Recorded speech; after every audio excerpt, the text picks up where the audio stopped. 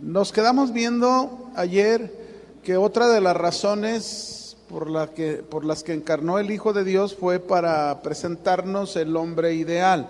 Y antes de terminar este punto, para pasar al último y el siguiente, quiero concluir este punto en esto, ¿no?, que les voy a decir. Jesús como el hombre ideal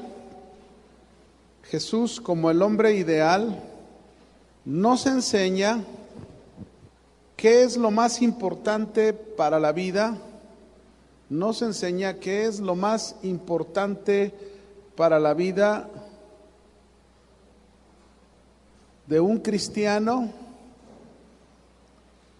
con relación a Dios. Voy a repetirlo. Jesús como el hombre ideal nos enseña qué es lo más importante para la vida de un cristiano con relación a su Dios. Vaya conmigo a Juan capítulo 5, versículo 19. Y vamos a ver qué es lo que Jesús nos enseña como lo más importante para nosotros como cristianos. Juan 5, 19, por favor. ¿Lo tienen? Dice ahí la Escritura: respondió entonces Jesús y les dijo: de cierto os digo, no puede el Hijo hacer nada por sí mismo, sino lo que ve hacer al Padre, porque todo lo que el Padre hace, también lo hace el Hijo, ¿qué? Igualmente. Acuérdese, dentro de lo que hemos aprendido que Jesús, completamente Dios, completamente hombre, como hombre Él tenía su propia voluntad, es decir, como hombre tenía voluntad. ¿Y qué está haciendo aquí en este versículo que acabamos de leer? Nos está hablando que Él está sometiendo su voluntad humana para hacer la voluntad ¿de quién? De Dios. Eso es lo más importante para un cristiano. Lo más importante que un cristiano tiene en su vida es someter su voluntad para hacer la voluntad de Dios. Otro texto que nos confirma lo mismo, hay muchos textos de esto. Dice en Juan capítulo 5, versículo 30, una vez más, hablando Jesús sobre esto. Juan 5:30, por favor. ¿Lo tiene? Dice: no puedo yo hacer nada por mí mismo. Según oigo, así juzgo, y mi juicio es justo, porque no busco mi voluntad, sino la voluntad del que me envió, la del Padre. ¿Se fijan? Jesús, como un verdadero hombre, sometió su voluntad, la voluntad humana, ¿para qué? Para hacer la voluntad de Dios. Eso es lo que está diciendo. Yo no puedo hacer nada por mí mismo. Así debemos los cristianos, como ese hombre ideal, debemos aspirar a aprender a no hacer nada por nosotros mismos, que todo lo que hagamos en nuestra vida sea la perfecta voluntad de Dios. Amén. Un último texto, Juan 6:38. Juan 6:38 dice: porque he descendido del cielo no para hacer mi voluntad, sino la voluntad del que me envió. Ahí está otra vez. ¿Para qué descendió del cielo y tomó forma humana? Se hizo hombre. ¿Cuál era el propósito de hacerse hombre? Hacer la voluntad del que lo envió, es decir, de Dios, la voluntad de Dios. Y esto es lo que caracteriza a un hombre ideal, aquel que vive solo para hacer la voluntad de Dios siempre.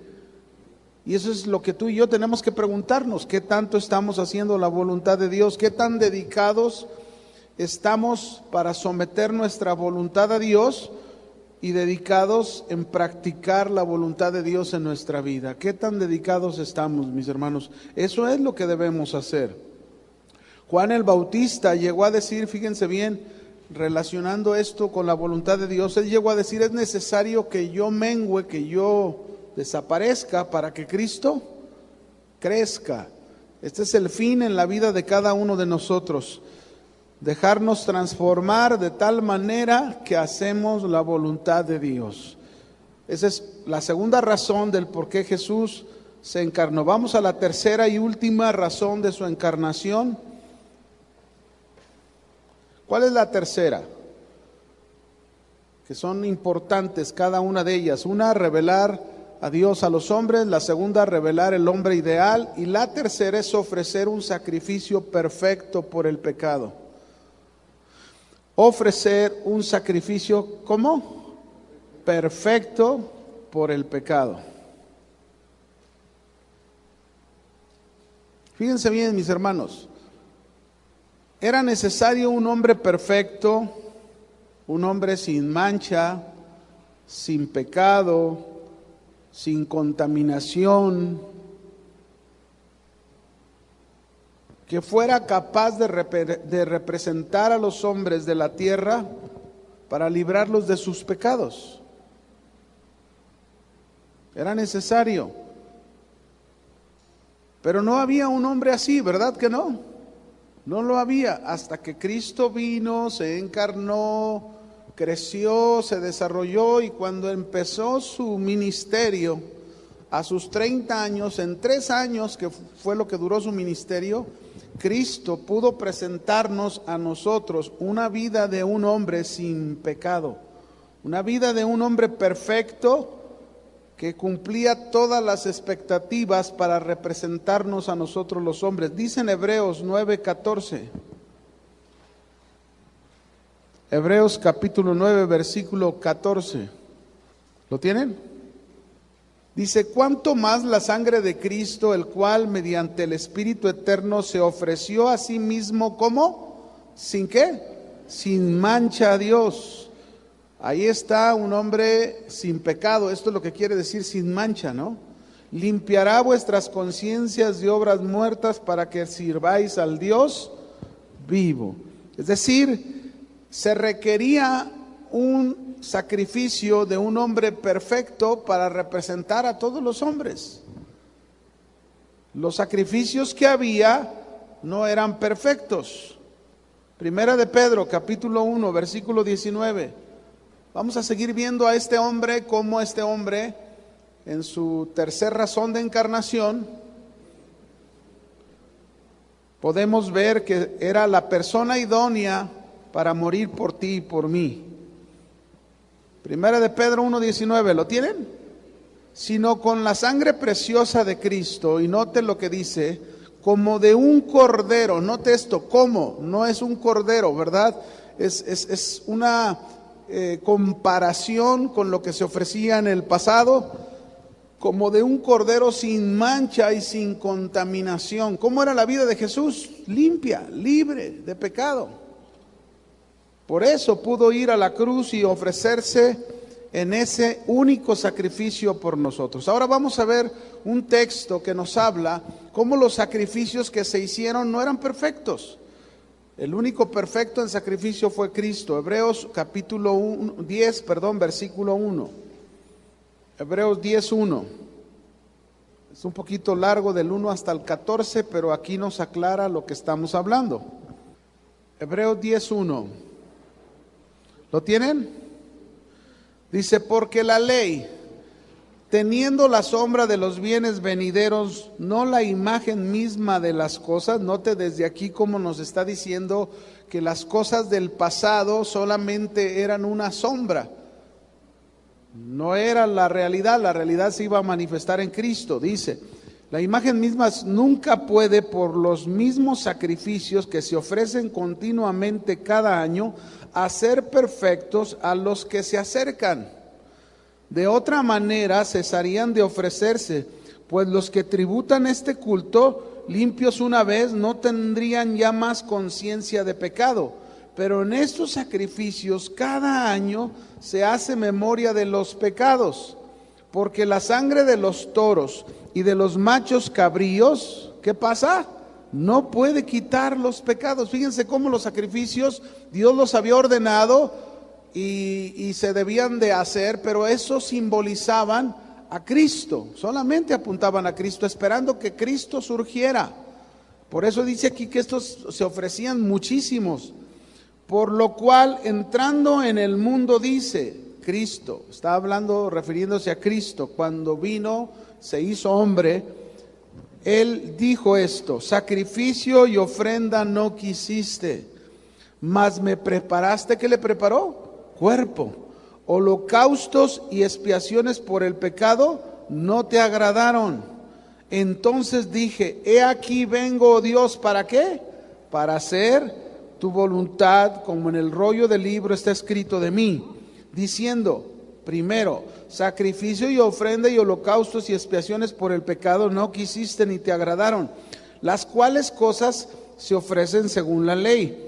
Y diciendo luego, he aquí vengo, Dios, para hacer tu voluntad, quita lo primero para establecer lo último. Ahora, cuando está diciendo aquí Jesús, he aquí vengo, Dios, para hacer tu voluntad, quita lo primero para establecer esto último, Jesús está haciendo referencia que el hacer la voluntad de Dios, Él es el único hombre, ¿sabían?, que vino a esta tierra con un solo propósito: morir.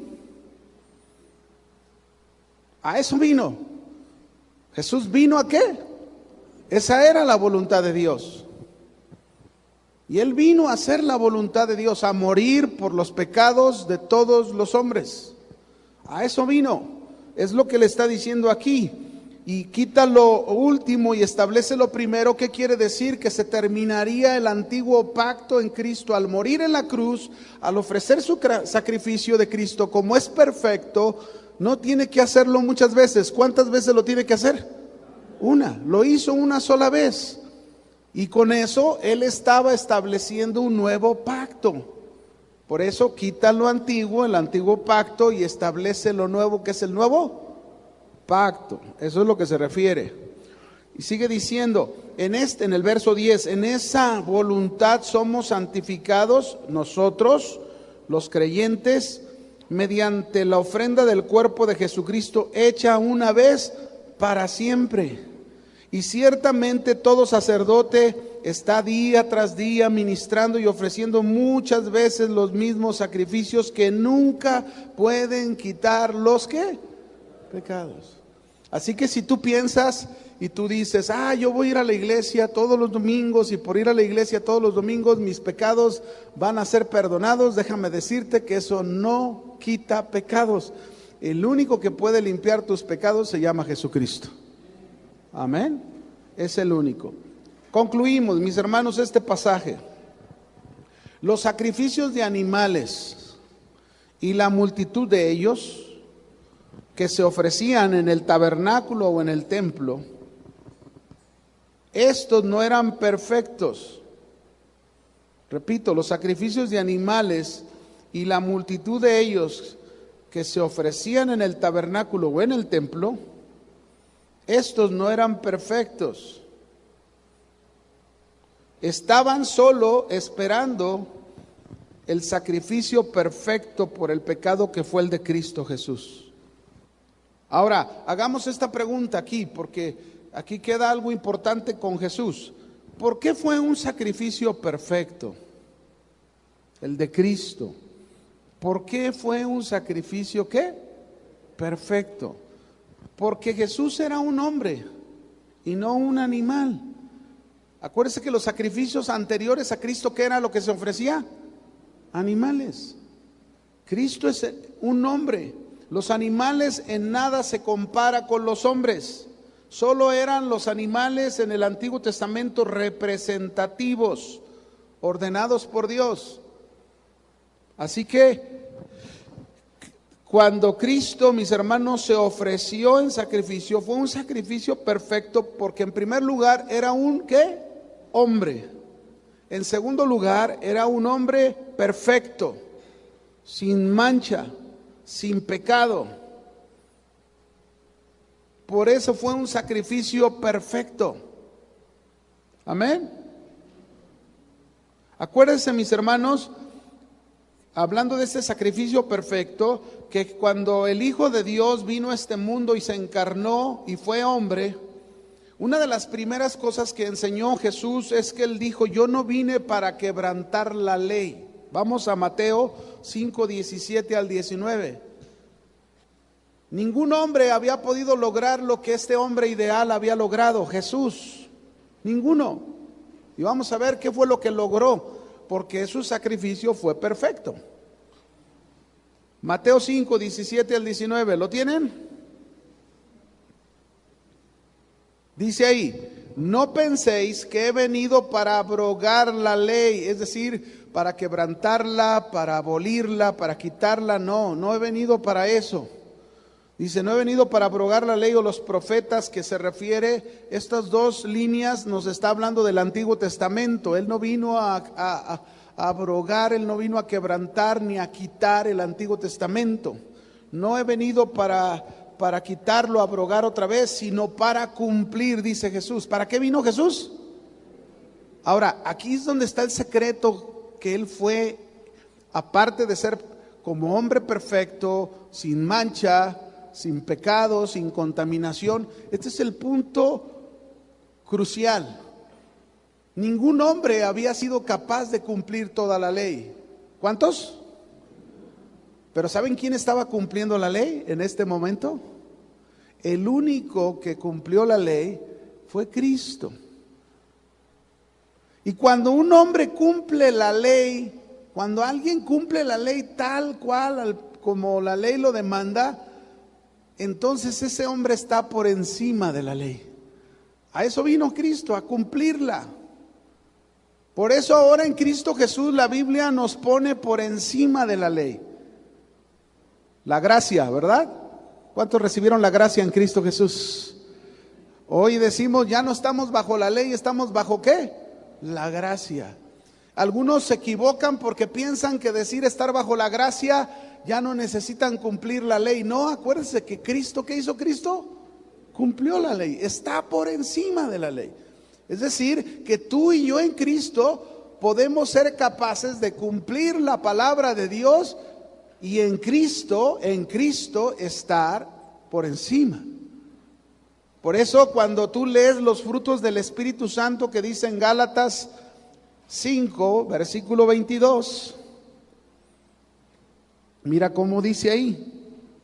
Vamos a ver cómo dice Gálatas 5, 22, para que podamos comprender más esto que te estoy diciendo, ¿no? Mira lo que dice: mas el fruto del Espíritu es amor, gozo, paz, paciencia, benignidad, bondad, fe, mansedumbre, templanza. Y luego, ¿qué dice al final? Contra tales cosas, ¿qué? No es que no haya ley, sino que esta clase de vida, que es la vida de Cristo, que te lleva a cumplir la ley, te hace estar por encima de ¿qué? De la ley. Y cuando habla de la ley, se está refiriendo a la ley de rituales, de religiosidad, de costumbres. A eso se está refiriendo, porque está presentándonos un estilo de vida que fue el estilo de vida de Jesús, con el cual cumplió la ley. Aquí está Jesús entonces. Retomo otra vez Mateo 5:17, que dice: no penséis que he venido para abrogar la ley o los profetas. No he venido para abrogar, sino para cumplir. Porque de cierto os digo que hasta que pasen el cielo y la tierra, ni una jota ni una tilde pasará de la ley, hasta que todo se haya ¿qué? Cumplido. No sé si se acuerdan cuando en el huerto de los olivos, aquella noche que tomaron preso al Señor, llegaron los soldados romanos y Pedro estaba con él. ¿Sí se acuerda de esa escena? Y cuando toman preso al Señor, ¿qué hace Pedro? Saca una espada y le corta la oreja a un centurión, a un soldado romano, y Jesús le reprende a Pedro y le dice: guarda tu espada, porque el que espada hiere, a espada muere. Y luego le dijo: ¿qué no sabías que yo puedo pedirle a mi Padre 12 legiones de ángeles y ahorita sometería a todos estos? Pero no terminó ahí. Le dijo: pero ¿cómo se cumpliría lo que las Escrituras hablan de mí? ¿Qué hablaban las Escrituras? Que el Mesías, el Cristo, tenía que morir. ¿Tenía que morir? Fíjense hasta dónde vino a cumplir la palabra Cristo. Nosotros, mis hermanos, de igual manera, seguidores de Jesús, debemos aprender a no quebrantar la palabra de Dios, a no quebrantar la ley. Debemos aprender, tú y yo, a cumplir la palabra de Dios todos los días de nuestra vida. Por eso yo les dije anteriormente que una de las principales cosas que Cristo como el hombre ideal nos enseñó es hacer la voluntad ¿de quién? De Dios. Muy bien. Así que la vida de Jesús fue una vida sin pecado, completamente sin pecado. Amén. Bien, terminamos hablando de esto. 3 cosas importantes de la humanidad, 3 cosas importantes de la humanidad y la divinidad de Cristo. 3 cosas importantes de la humanidad y la divinidad de Cristo. Que nos quede claro en nuestra fe, en lo que creemos en Cristo Jesús, ¿no? Completamente Dios, completamente hombre. 2 naturalezas, una sola persona. Amén. Entendemos que Cristo tuvo la voluntad humana, pero también la voluntad divina unidas. ¿Cómo? Este es un milagro, es un misterio que solamente Dios lo pudo hacer, como lo es la Trinidad, ¿verdad? Ok, número 1, la primera cosa importante, su obra es perfecta y de sustitución en la cruz. Su obra es perfecta y de sustitución en la cruz. ¿Qué quiere decir que es perfecta? Que sí quita los pecados. Eso es que es perfecta la obra. De sustitución significa que ocupó nuestro lugar. Diga, ocupó mi lugar. ¿Se acuerdan cuando lo estaban juzgando a Jesús y Poncio Pilato, queriendo quedar bien con los judíos, mandó traer un ladrón llamado Barrabás? Y lo presentó al pueblo y dijo, ¿a quién dejo libre? Era una costumbre que en cierto tiempo hacían esto. ¿A quién dejo libre? Y el pueblo gritó, ¿a quién gritó que lo dejaran libre? A Barrabás, al culpable. ¿Quién era inocente? Cristo. El que debería de morir en la cruz, ¿quién era? Barrabás, el culpable. ¿Y quién fue el que murió en la cruz? Cristo, el inocente, el sustituto. Eso es lo que significa sustituto. ¿Quiénes eran los culpables que deberíamos haber muerto en la cruz? Nosotros. ¿Quién es el que murió en la cruz en nuestro lugar? Cristo. Por eso dijimos, su obra es perfecta y de sustitución en la cruz. Amén. Quiero decirte una cosa, si tú creíste en Jesús, si tú pusiste tu fe en Jesús, Cristo en la cruz al morir, tú estabas muriendo en tus pecados juntamente con Él. Eso es lo que sucedió. Eso es lo que Él nos dice. Primera de Corintios, capítulo 15, versículo 3 al 4. Dijo Pablo esto, confirmando este punto. ¿Listos? Porque primeramente os he enseñado lo que asimismo recibí, que Cristo murió por nuestros pecados, sustitución. Cuando dice Cristo murió por nuestros pecados, ¿cómo se le llama? Sustitución. Me sustituyó. Conforme a las Escrituras, dice verso 4, y que fue sepultado. Pero no se quedó ahí, ¿verdad que no? ¿Qué pasó después de ser sepultado? Y que resucitó al tercer día conforme a las Escrituras. Fíjense qué maravilloso. Por un lado, Cristo mostrándonos su humanidad, muriendo, y mostrándonos su divinidad, resucitando de entre los muertos. Pero también nos hace ver aquí cuando dice conforme a las Escrituras, tenemos un Dios, mis hermanos, que todo lo que Él ha dicho se cumple. ¿Cuánto? Todo. Así que no hay a quien más refugiarnos más que nuestro Dios. Vamos al segundo punto de estas 3 cosas importantes de la humanidad y la divinidad de Jesús. El segundo, su resurrección corporal. Su resurrección corporal de entre los muertos. Y yo aquí me gozo, yo no sé tú. Pero aquí me gozo con esto. ¿Sabes por qué? Porque la resurrección corporal de entre los muertos de Cristo es nuestra esperanza. La resurrección corporal de entre los muertos de Cristo Jesús hace que nuestra fe sea válida. No fe muerta, no fe vana. Nuestra fe es en esperanza en Cristo Jesús, es real y Dios lo va a cumplir. Un día vamos a ir al panteón y ahí nos van a sepultar y vamos a morir y yo no sé cuánto tiempo pase, pero la promesa se va a cumplir. Un día vamos a ser resucitados de entre los muertos. Ese es el punto de la humanidad y la divinidad de Cristo. Lucas capítulo 24 verso 39. Si alguno duda ¿cómo vas a resucitar? Escucha este pasaje, por favor. Lucas 24, 39. ¿Lo tenemos? Entonces, espantados y atemorizados, ¿quiénes? Los discípulos. Es Lucas 24, 39. Sí, ¿verdad? A ver. Lucas 24, 39, ¿no es ese? A ver, espérenme. Bueno, lo que pasa es que estoy empezando en el 37, sí, cierto, perdón, sí, cierto, tienen razón. Estoy comenzando en el verso 37, nomás unos versículos atrás.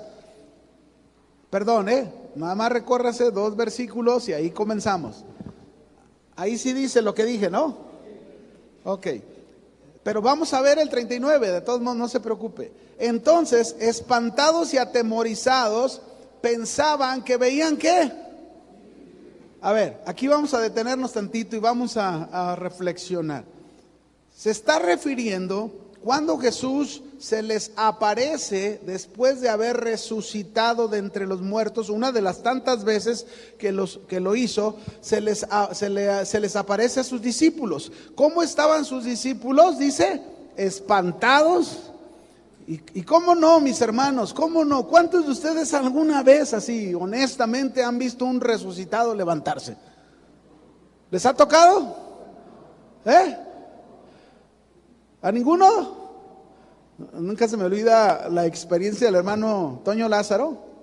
Sí, lo conocen, al pastor Toño Lázaro, ¿verdad? Él estuvo un tiempo aquí en Casa de Oración. Él nos contó una vez que Dios lo envió a un pueblito a visitar al pastor y ya era como de noche, y cuando llegan ahí a ese pueblito, dice él que llega a la casa del pastor y el pastor estaba triste y le dijo, hermanito, dice, es que se murió fulanito, dice, el joven, X, ¿verdad? Tenía como unos 27 años y pues vamos a tener que ir ahí al velorio y ahí acostumbraban pues no a tenerlo en caja, sino lo ponían en una mesa con sus velas. Y entonces pues llegan ahí a la casa donde están las hermanitas llorando, ¿verdad? Los familiares del joven. Y entonces dice que de repente el Señor le dijo, levanta el cuerpo. Dice lo que le dijo. ¿Qué le dijo? Y luego entonces dice el hermano Toño Lázaro, dice, no, pero Señor, me van a linchar aquí, ¿cómo que lo resucite? Y el Señor le dijo, no, yo no te dije que lo resucitaras, yo te dije que levantaras el cuerpo. 3 veces el Señor le tuvo que hablar. No sé por qué muchas veces nos tiene que hablar 3 veces el Señor. La palabra 3 es una orden. Dios te está diciendo lo que hagas. Y en medio de aquella gente pidió permiso, con permiso, y dijo, él cerró sus ojos y dijo, ay Señor, ayúdame, y levantó el cuerpo medio, y cuando lo levanta, dice, se empezó a oír un gritadero y corredero de gente. ¡Ah! ¿Cómo creen que estaba la gente? Espantados y atemorizados. ¿Por qué? Porque Dios había resucitado a ese joven. Yo no lo vi, pero hermano Toño Lázaro nos compartió esa experiencia. Yo sí creo que le pasó. Porque la Biblia nos habla de ese Dios que tenemos que hace milagros. Así estaban los discípulos espantados, pero en el caso de ellos, cuando ven al Señor, creían que veían un ¿qué? Espíritu. Ahora note, pero Él les dijo, verso 38, ¿Por qué están turbados y vienen a vuestro corazón estos pensamientos? Miren lo que les dice Jesús: mirad mis manos y mis pies, yo mismo soy. Palpad y ved, porque un espíritu, ¿un qué? Espíritu, no tiene carne ni huesos, como veis que yo tengo. Así que si alguno todavía por ahí en una plática, ¿verdad? Que se hacen amigos los de la mesa y se invitan a comer y a cenar. ¿Ya se invitaron alguna vez? ¿A los tacos? ¿Nada? ¡Qué bárbaros! Pero bueno, imagínense, ¿verdad? Que se invitan un día y alguno dice, no, es que vamos a resucitar y cuando resucitemos vamos a ser espíritus. No, espérame. No vamos a ser espíritus. Si Cristo resucitó con un cuerpo, ¿cómo vamos a resucitar nosotros? De carne y huesos. ¿Lo oyó? Así como Jesús. Y diciendo esto, les mostró las manos y los pies, y como todavía ellos de gozo no lo creían. Yo no entiendo esto, Estaban gozosos, pero a la vez no lo podían creer. Imagínense, y estaban maravillados. Les dijo, todavía les dice, estos cabezas duros, ¿verdad? Cabezas duras, tráiganme algo de comer. Entonces le dieron parte de un pez asado y un panal de miel. ¿Y qué hizo Jesús con él? Lo tomó y comió delante de ellos. Un espíritu no hace eso, mi hermano. Por eso, tú y yo tenemos que estar bien convencidos en el Cristo que hemos creído. Amén. Esa es la segunda cosa importante de la humanidad y la divinidad de Jesús: su resurrección corporal de entre los muertos. Y la última, ¿cuál es la tercera? Su exaltación y que está a la diestra del Padre. Su exaltación y que está a la diestra del Padre. Esto, mis hermanos, nos hace entender cómo está Cristo en los cielos, en espíritu. A ver, Él es el Hijo de Dios, lo entendemos, ¿verdad? Acuérdense, no le quite nada. Él es el Hijo de Dios, su naturaleza divina, pero ahora tiene un cuerpo humano glorificado. Y con ese va a regresar. Con ese cuerpo Cristo va a regresar. Cristo no va a regresar, pero ya no va a regresar como la primera vez. La primera vez vino y se sometió para nacer como un bebé y tuvo que huir cuando lo querían matar. No, cuando Él regrese, mis hermanos, en ese cuerpo humano, Cristo Jesús, nuestro Salvador, nuestro Señor, va a regresar como el Rey de Reyes, como el Señor de Señores, para someter a todos sus enemigos debajo de sus pies. ¿Le da gracias a Dios por eso? Eso es lo que va a pasar. Así que su exaltación y el que está a la diestra del Padre, mis hermanos, nos hace comprender que Jesús es completamente Dios, completamente hombre, y ahora con un cuerpo glorificado que nunca más va a experimentar la muerte. Amén. Así vamos a estar nosotros. Ya no vamos a morir cuando tengamos un cuerpo nuevo. Pero en fin, aquí terminamos este segundo punto de la Trinidad. Ya dijimos, creemos en Dios Padre, creemos en Dios Hijo, y ahora vamos al tercero, creemos en Dios Espíritu Santo. Antes que empecemos a ver del Espíritu Santo, vamos a aprender 4 afirmaciones del Espíritu Santo. ¿4 qué? Afirmaciones del Espíritu Santo. Son importantes. Afirmaciones en las que debemos de creer. Número 1. Una primera afirmación en la que debemos de creer con relación al Espíritu Santo es que el Espíritu Santo es una persona. El Espíritu Santo es ¿qué? Una persona. Este es uno de los rasgos que un cristiano debe de creer siempre, que el Espíritu Santo es una persona. Han existido durante siglos personas que niegan, gentes que niegan la persona del Espíritu Santo. Gentes que dicen que el Espíritu Santo no es una persona. Por eso es importante esta afirmación en nosotros. El Espíritu Santo es una persona. Muchos ven al Espíritu Santo, por ejemplo, los testigos de Jehová ven al Espíritu Santo como una influencia, una fuerza, le llaman fuerza activa.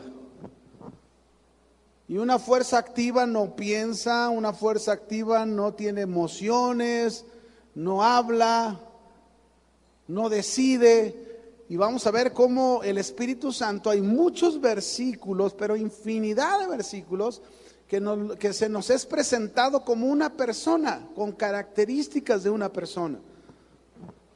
Así que no solamente los testigos de Jehová, también hay otra enseñanza que es conocida como los unitarios. Yo no sé si han oído hablar alguna vez de los unitarios. Los unitarios son aquellos que solamente creen en Dios Padre, que también los testigos de Jehová creen en eso, ¿verdad? Pero hay otros como apostólicos. Hay apostólicos que creen que solamente Dios es el Padre, no el Hijo ni el Espíritu Santo. Ellos dicen que son manifestaciones y le quitan la persona a Jesús y le quitan la persona al Espíritu Santo. Pero la Escritura, fíjense bien, la Escritura nos revela en diversas formas o en diversas maneras y textos que el Espíritu Santo es una persona a la cual le atribuye la Escritura, le atribuye mente o pensamientos, voluntad y emociones que son característicos de una persona. Por ejemplo, vamos a ver algunos ejemplos para confirmar esta primera afirmación. Primera de Corintios capítulo 2, versículo 10 y 11. Primera de Corintios 2, 10 y 11. Vamos a ver aquí qué se nos dice del Espíritu Santo. ¿Listos? Pero Dios nos la reveló a nosotros por el Espíritu. Vea, ¿qué nos reveló? Bueno, en el 9 está diciendo los misterios del Evangelio, lo que estaba oculto hasta que Cristo vino. El Espíritu Santo está diciendo, nos la reveló. Ya desde aquí nos está mostrando al Espíritu Santo con la capacidad de una persona. Nos la reveló, dice, porque el Espíritu todo lo que hace el Espíritu lo escudriña, aún lo profundo de Dios. Porque ¿quién de los hombres sabe las cosas del hombre sino el Espíritu del hombre que está en él? Así tampoco nadie conoció las cosas de Dios sino el Espíritu de Dios. Note las diferentes palabras que en este pasaje aparecen, que nos hacen entender que el Espíritu Santo es una persona. Por ejemplo, ¿qué palabras podemos nosotros encontrar aquí que ya se le da la función como una persona? La primera, nos reveló. Esa es función de una persona. Una fuerza activa no hace eso, no revela nada. Solamente actúa, pero no revela. No da a conocer. ¿Qué es revelación? Revelación es quitar un velo que te impide ver cosas y entender cosas. Eso hace el Espíritu Santo cuando viene a nosotros. Nos quita el velo y nos hace comprender cosas de Dios que no entendíamos. Esa es una. La otra, todo lo escudriña. Esa es otra palabra que tiene que ver con una persona. Solo una persona tiene la capacidad mental para escudriñar. ¿Para qué? Escudriñar. Dice que Él escudriña aún lo profundo ¿de quién? De Dios. Pero otra palabra más está al final cuando dice Nadie conoció las cosas de Dios sino el Espíritu de Dios. Note esta palabra, conoció. Es otra palabra que tiene que ver con una persona, una fuerza, una influencia. No puede conocer. ¿Cómo va a conocer si no tiene mente? El Espíritu Santo tiene mente, es una persona. Y por esa mente, Él conoce todas las cosas de Dios. Así que, mis hermanos, este pasaje nos muestra rotundamente que el Espíritu Santo es una persona. Otro, Hechos, capítulo 16, versos 6 al 7. Vamos a ver otra área del Espíritu Santo. Hechos 16, versos 6 y 7. Aquí en relación con Pablo y Silas, que ya están en sus viajes misioneros, dice aquí, ¿lo tienen? Dice, y atravesando Frigia, Pablo y Silas y la provincia de Galacia, les fue prohibido, ¿les fue qué? Prohibido. ¿Quién les prohibió? El Espíritu Santo, hablar la palabra en Asia.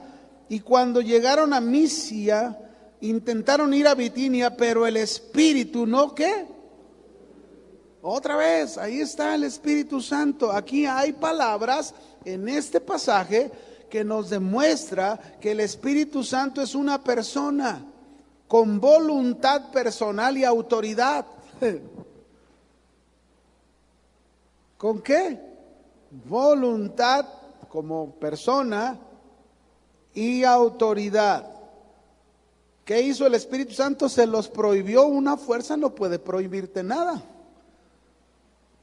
Una influencia no te puede prohibir nada, pero el Espíritu Santo como una persona sí puede hablarte, sí puede prohibirte cosas. Bueno, a mí me ha sucedido, yo no sé si a ti te ha sucedido. ¿Les ha pasado a ustedes alguna vez que el Espíritu Santo les ha prohibido algo? ¿Sí o no?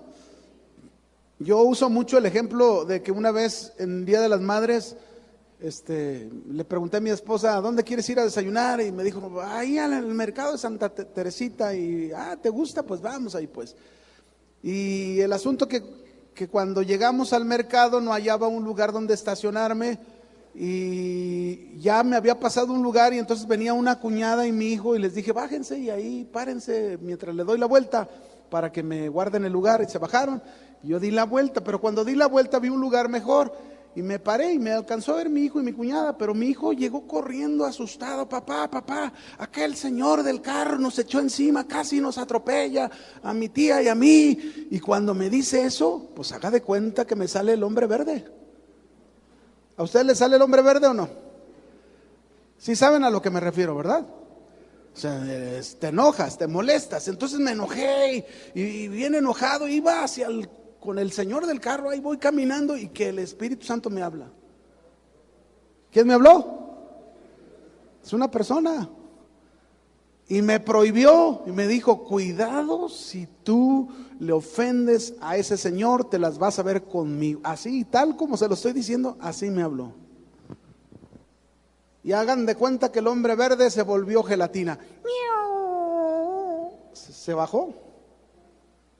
Se bajó porque se tenía que bajar, si no así me iba. Pero es el Espíritu Santo. Te hablo de tantas cosas, de tantas veces que el Espíritu Santo en una relación con nosotros hace esa función, nos prohíbe, como lo hizo con Pablo y con Silas, les prohibió y les dijo que no hablaran la palabra de Dios en Asia. ¿Y ellos obedecieron o no obedecieron? ¿Se sometieron a la fuerza activa? No, a la persona del Espíritu Santo. ¿Sí? Otro ejemplo. Vamos a otro ejemplo. Primera de Corintios, capítulo 12, versículo 11. Imagínense, si no es una persona hay que borrar todos estos versículos, ¿verdad? Pero no es así. La Biblia es clara. Primera de Corintios, capítulo 12, versículo 11. ¿Lo tienen? Dice, pero todas estas cosas, ¿Cuáles cosas? Antes de lo que estamos leyendo, se mencionó los dones del Espíritu Santo. Palabra de ciencia, palabra de sabiduría, discernimiento de espíritus, hacer milagros, el don de fe, el don de sanidades, el género de lenguas, la interpretación de lenguas, el don de profecía, el don de discernimiento de espíritus. A eso es a lo que se refiere cuando dice, pero todas estas cosas, todos estos dones, las hace uno y el mismo Espíritu. Y note esto que dice al final, repartiendo a cada uno en particular. ¿Cómo? Dice, ahí está un artículo, como Él, un artículo personal, como Él quiere. Primero está el artículo que nos muestra su persona, y en segundo lugar podemos ver una área de una persona que es su voluntad. Él reparte como Él quiere. Él es Dios, Él reparte como Dios quiere. Así que ahí está, uno más. Alcanzamos un ejemplo más y terminamos. Efesios 4:31, con este termino. 30, perdón, Efesios 4:30. ¿Listos? Y no contristéis al Espíritu Santo de Dios, con el cual fuiste sellado para el día de la redención. Note esta palabra, no contristes. ¿Qué quiere decir? Que el Espíritu Santo, mis hermanos, puede ser contristado como una persona. Aquí nos está hablando que el Espíritu Santo tiene sentimientos, emociones como una persona. Claro que no son igual a una persona humana, pero estamos hablando de que el Espíritu Santo en su primera afirmación es una persona. Amén. ¿Está claro? Aquí nos quedamos. Dios les bendiga,